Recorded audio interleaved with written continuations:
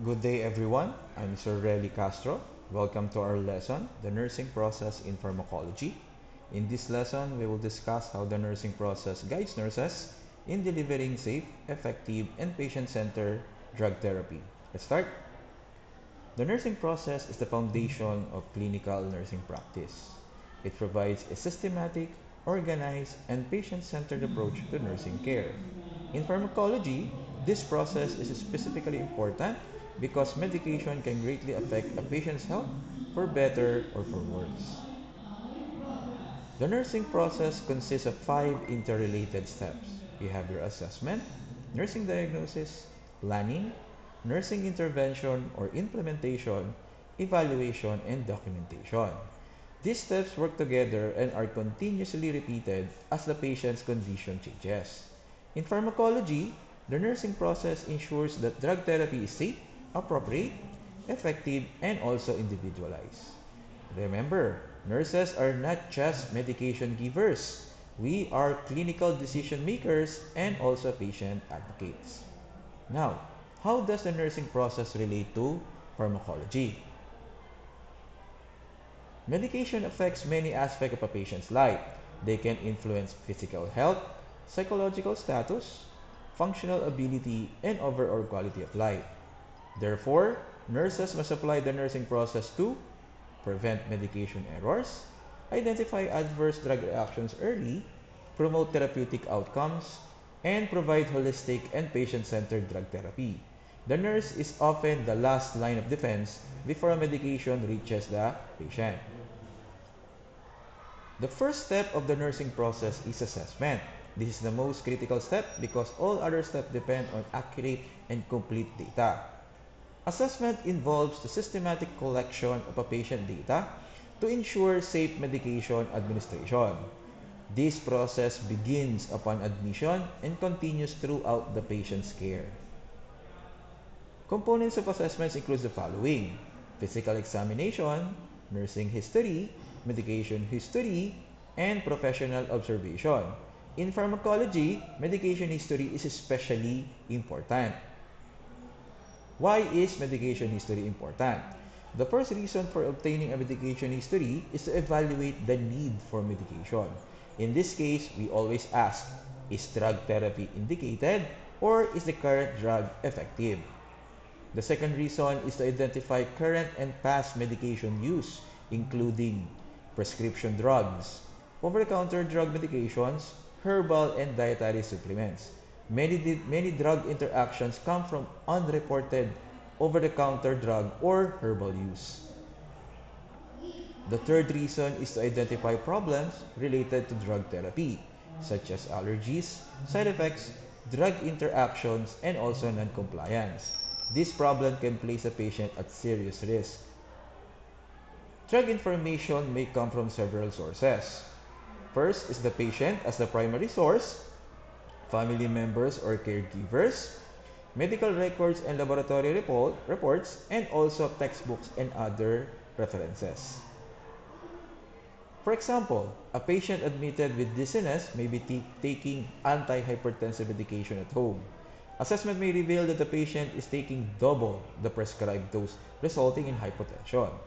Proper assessment can prevent serious harm. Now, let's proceed with nursing diagnosis. Okay, the second step of the nursing process is nursing diagnosis. A nursing diagnosis is a clinical judgment about a patient response to actual or potential health problems based on NANDA standards.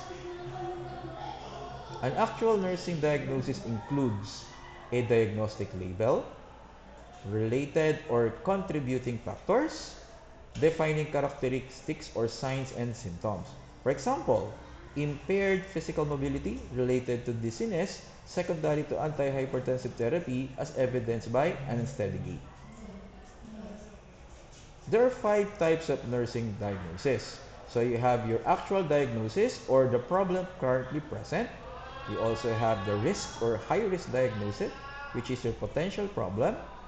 Possible diagnosis, suspected, which requires more data. Wellness diagnosis, readiness to improve health. And also your syndrome diagnosis, cluster of related diagnoses. In pharmacology, risk diagnoses are very common due to potential adverse drug effect. The third step is planning. Planning involves identifying goals and interventions to address the nursing diagnosis. Planning includes four phases. First is the setting of priorities. Second is developing measurable goals. Third is formulating the nursing intervention. And fourth is anticipating therapeutic outcomes. In setting priorities, priority problems are identified first.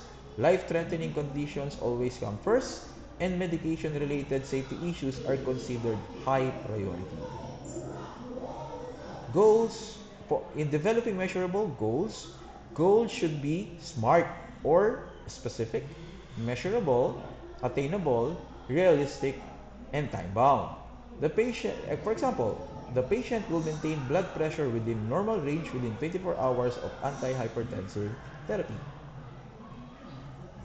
In pharmacology, nurses must verify correct dosage and route, ensure proper scheduling, educate patients of self-administration, medication records, storage, and refilling.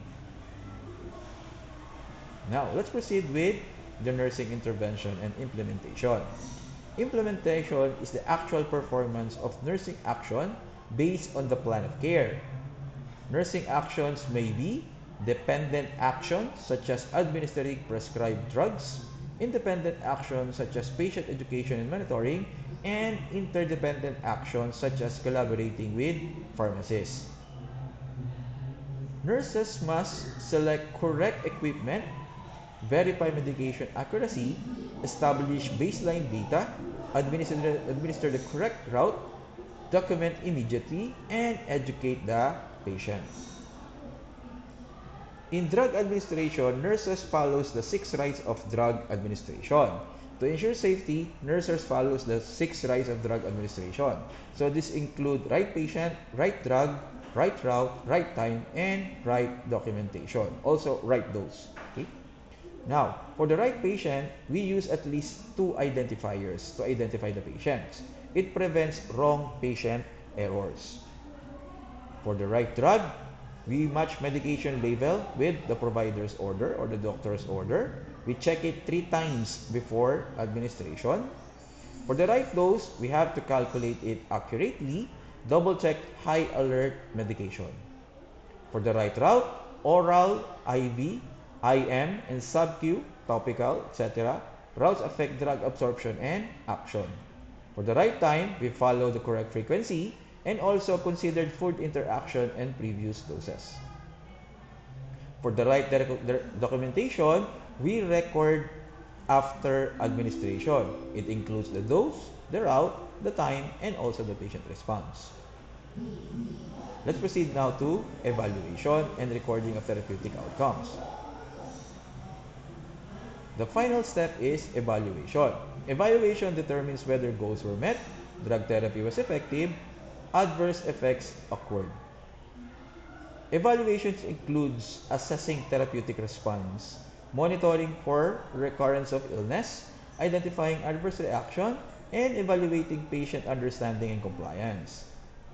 Patients and families play an important role by providing feedback, participating in goal setting, and also enhancing medication compliance and safety. Okay.